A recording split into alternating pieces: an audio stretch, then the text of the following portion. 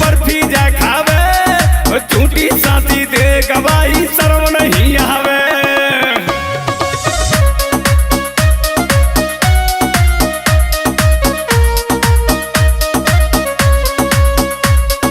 रोजीना तारीख पर तू बर्फी जा खावे झूठी साथी दे गवाही शर्म नहीं आवे।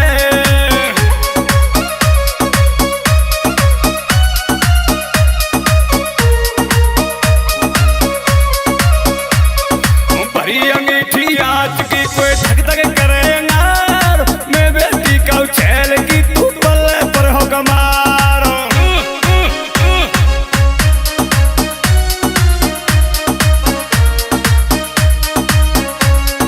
भरी अंगीठी आज की कोई धक धक करेगा मैं बेटी का छैल की तू पल्ले पर हो कमार।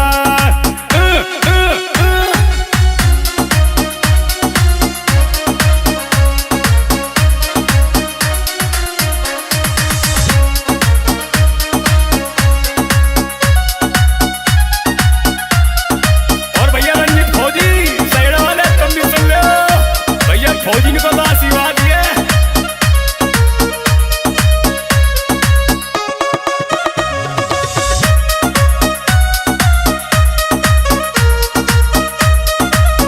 और कहा बता रहा है सीतो ज्वानी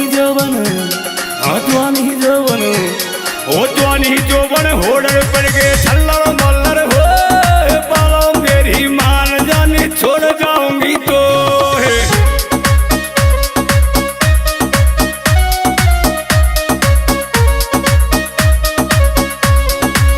ही जौवन होड़न पर गए झल्लर मल्लर हो कहता बालम मान जाने छोड़ जाऊंगी तो राजेश बदूर के रंगामा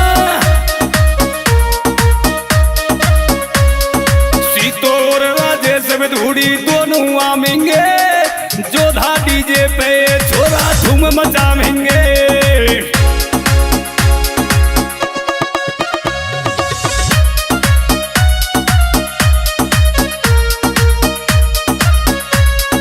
सीतो और राजेश बदूरी दोनों आमेंगे जोधा डीजे पे छोरा धूम मचावेंगे।